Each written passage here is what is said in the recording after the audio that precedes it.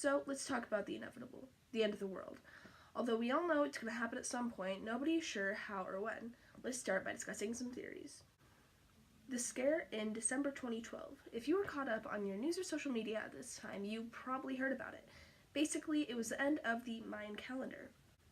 Spanning back 5,125 years, December 2012 was supposed to be the end of a 400-year period called a Baktun. This was Baktun 13, and it was rumored that after this Baktun, instead of just going straight on to the next one, that the entire calendar would just restart. This, on top of strange weather phenomena and solar flares, made people believe that it was going to be the end of the world, or possibly a new beginning. Zombies. You've definitely seen them in horror movies, or books, or haunted houses, but they can't be real. Or can they?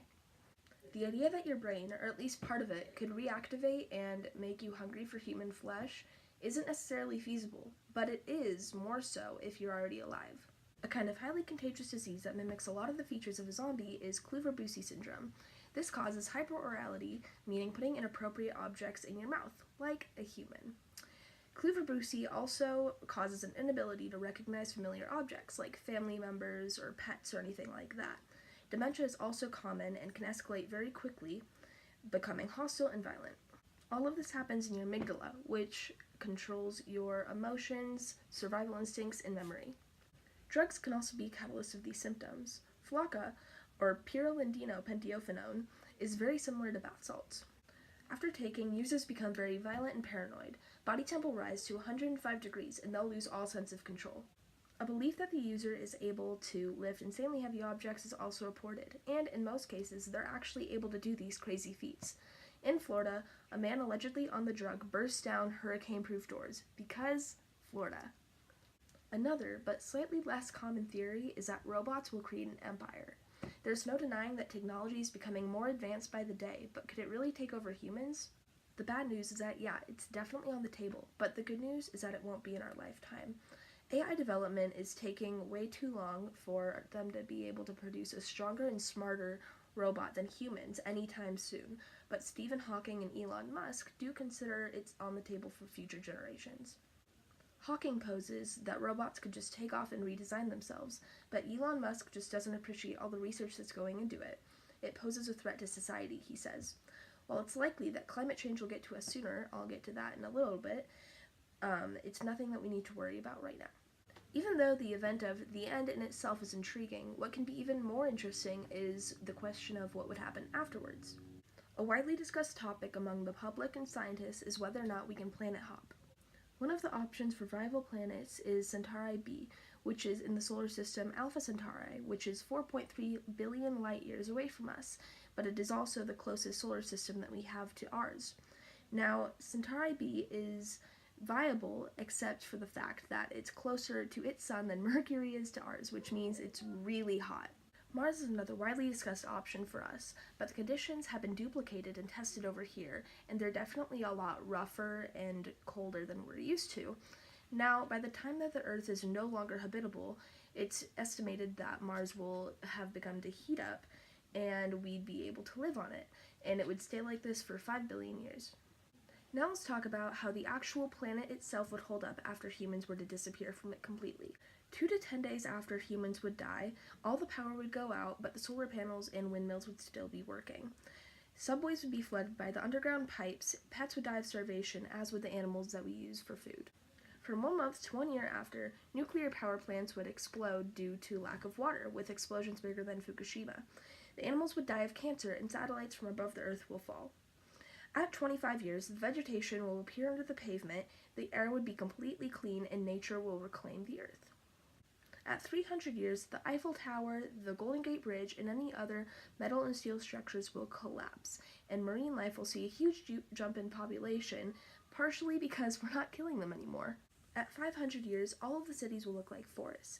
Now, at a whopping 10,000 to 500 million years, the only trace of us will be glass and plastic, but even that soon will disappear.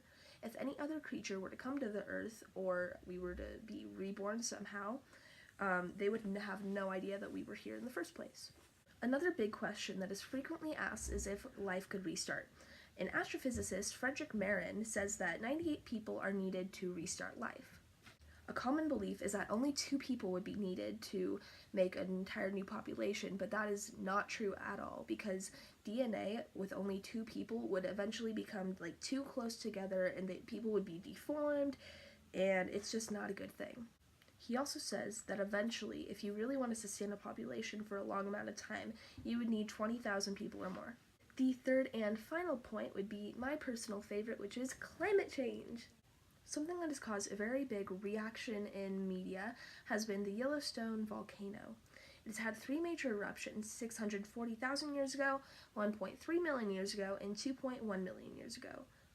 Now, this was a big scare for a long time. People often claim that it's overdue, but volcanoes don't have clocks. If we were to average the amount of time in between each eruption, it would be about 730,000 years, meaning that we still would have like 70,000 years till it would actually erupt again. Now, say this supervolcano were to erupt in our lifetime, it would spew ash all the way across the US, and we get 3 feet of it here in Colorado. It would also emit sulfur aerosols that would reflect sunlight back into the atmosphere, significantly cooling the climate. To put it a bit more into perspective, it would be over 1,000 times more powerful than Mount St. Helens eruption. Now, there's a lot of debate about what climate change actually means. A lot of people think it's just the Earth getting hotter, and that's it, but it's a lot more complex. Although part of it is because of the atmosphere, the annual temperature is increasing, it's just pretty much extreme weather. An example of this is the polar vortex that was going around the US. A couple weeks ago, Chicago had hit record low temperatures at negative 50 degrees Fahrenheit, which is even lower than it is in Antarctica. What would cause the actual event of the extinction? The answer to this would be the quality and the quantity of crops that farmers grew would drop dramatically, meaning that they would only be able to produce 65% of what they currently produce today. Ocean acidification would lead to very high red tide, meaning that marine life would almost completely be extinct. The percentage of food, water, and mosquito-borne illnesses like Zika would increase dramatically, killing off a large amount of the population.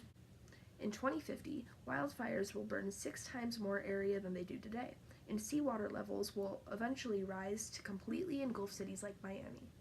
Finally, due to Arctic ice melting, permafrost would thaw, meaning CO2 and methane is released in the air, and that combination is deadly. Thank you for coming to my TED Talk about the end of the world.